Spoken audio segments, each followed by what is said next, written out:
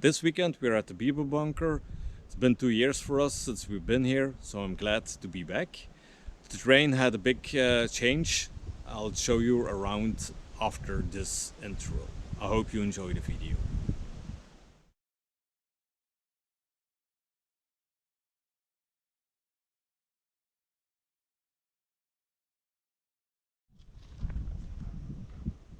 The liberation of Oostvoorne in the period from May 5th till 9th, 1945, was marked by the transition from German occupation to the final surrender and the arrival of the Allies. Although the official capitulation of the German troops in the Netherlands was signed in Wageningen on May 5th. This did not immediately mean that the Germans had left all locations instantly. The actual surrender and disarmament of the German units in the region took several more days. This scenario is also depicted in this way this weekend. The German and Allied reenactors side by side. We are now visiting a Type 409 Küver bunker, a communication/connection bunker. The bunker was operational 24 hours a day. Therefore, there was also a room where 6 crew members could sleep. Sani, verletzt. Feldbügel ist verletzt. Jetzt Finger.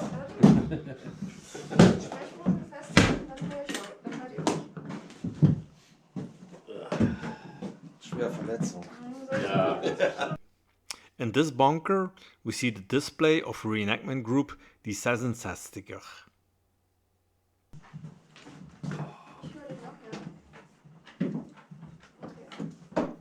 When the Biberbunker was completed in March 1943, all radio and telephone traffic was moved to this bunker because it was built much sturdier, larger and safer, so bomb-proof.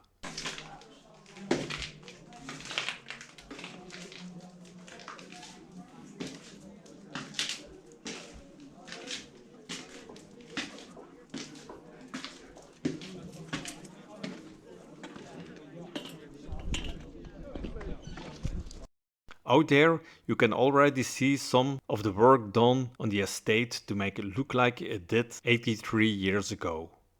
A beautiful open dune landscape. Right in front of us, we see an original World War II German Rabbit Air field class for observation and reconnaissance.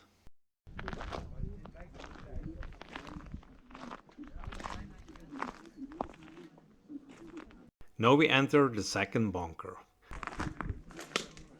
This bunker is the predecessor of the nearby Biberbunker. It's a Type 424 Küver with a masonry day and a concrete night quarters. Radar data was collected and coordinated here. Therefore, a Seeburgtisch was located in this structure. On a Seeburgtisch, all relevant data regarding the Allied bombers was protected onto a glass plate, as well as data regarding the friendly fighter aircraft. This enabled the combat controller to direct their own fighter aircraft towards the bombers for interception operations. All relevant data, such as positions, altitudes, and locations, were received via a large radar system and displayed on the Seeburgtisch. As the air war progressed, the position of the German occupier weakened. The threat of bombing and invasion grew ever greater. Therefore, in 1942, it was decided to build a larger and safer bunker, the Biberbunker. In this bunker, Reenactment Group die 66er also provided their beautiful funk display.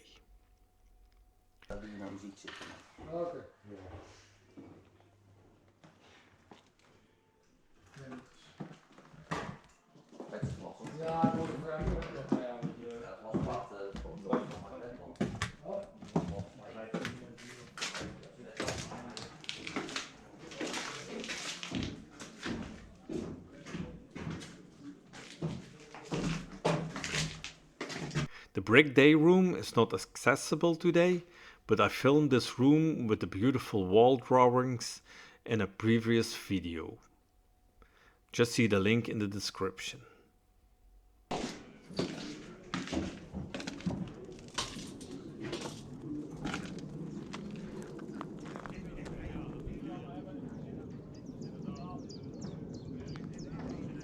Outside, in front of the Biberbunker, Dutch Reenactment Group 4045 have set up their tent displays and base camp.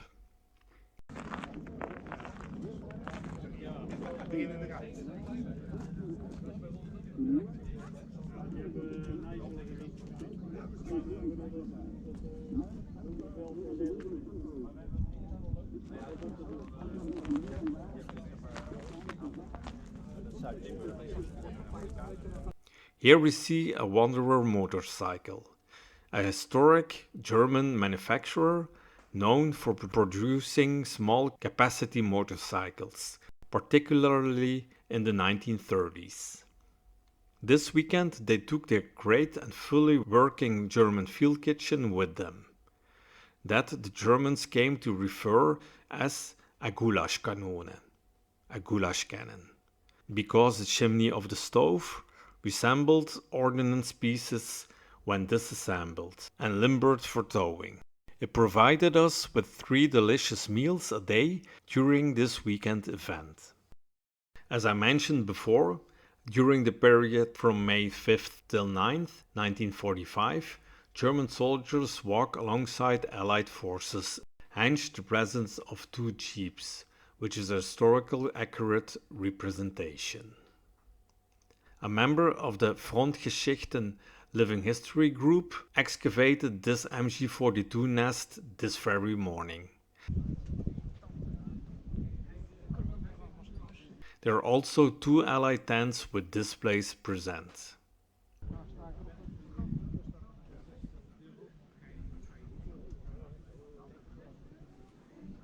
And now we see the so-called Biberbunker.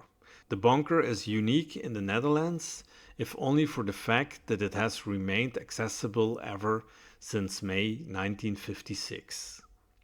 The Biberbunker, designated by the Germans at the time as the ST type L487, codename Bertha. We will visit it briefly in a moment. This is an original Flugabwehrkanone Flak 37. The anti-aircraft gun was found under the sand in the dunes of Wageningen. All bunkers of this position were connected to each other via trenches. And to give visitors an idea of this, the crew of the Biberbunker Foundation has reconstructed a section of a trench. And now we are going to take a look inside bunker 433, the generator bunker. Inside the bunker was a generator with a capacity of 15.5 kilovolts ampere.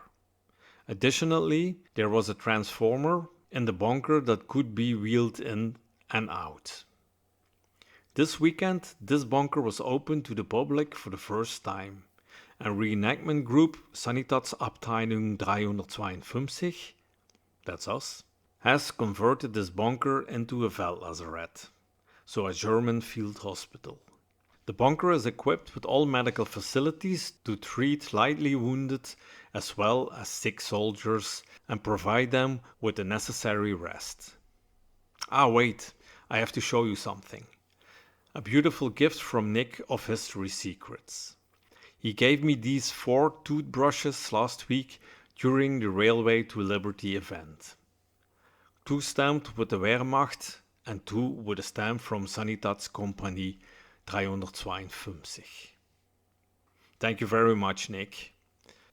I know I really need to display these a bit better next time.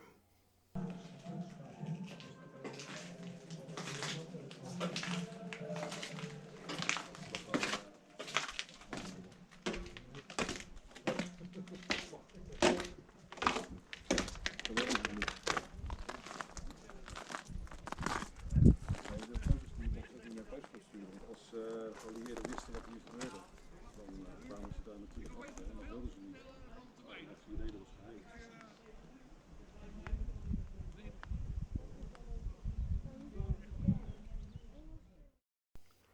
As promised, I'm now giving you a small glimpse of the inside of the Biberbunker. This bunker is the central heart of the enclave of 76 bunkers. The bunker is set up as a museum and shows how the command bunker operated.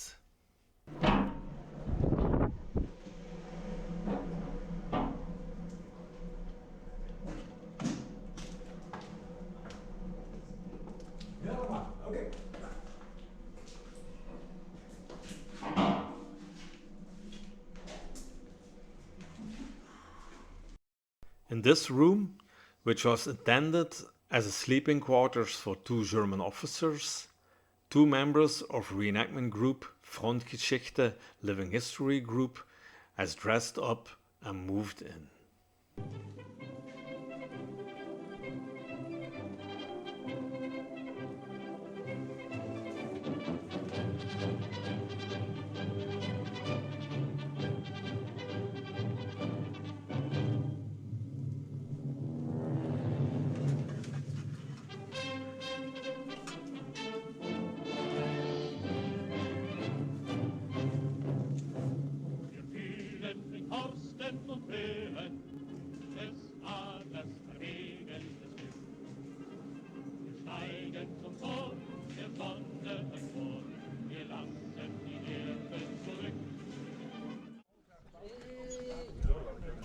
As I mentioned earlier in the video, Dutch Reenactment Group 4045 provides 3 meals a day in a historically correct way.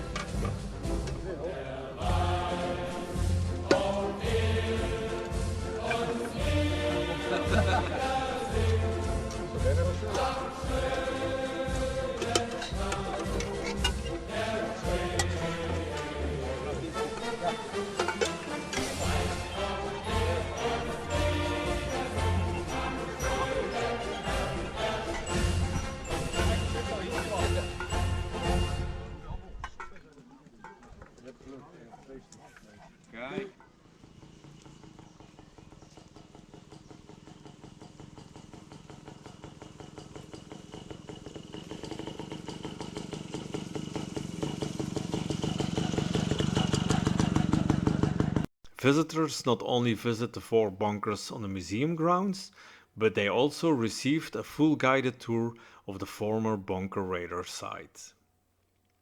And to enhance this experience, the reenactors created a ride atmosphere in the dunes.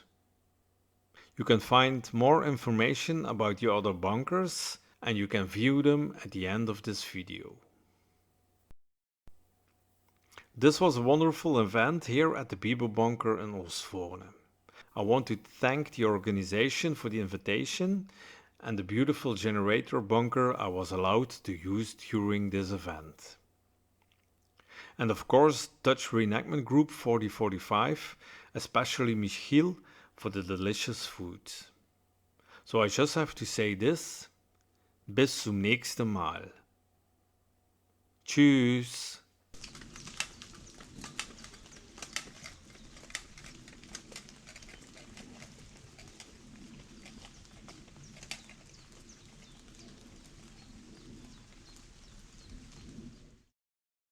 Thanks for watching. Please like, subscribe and hit the bell button.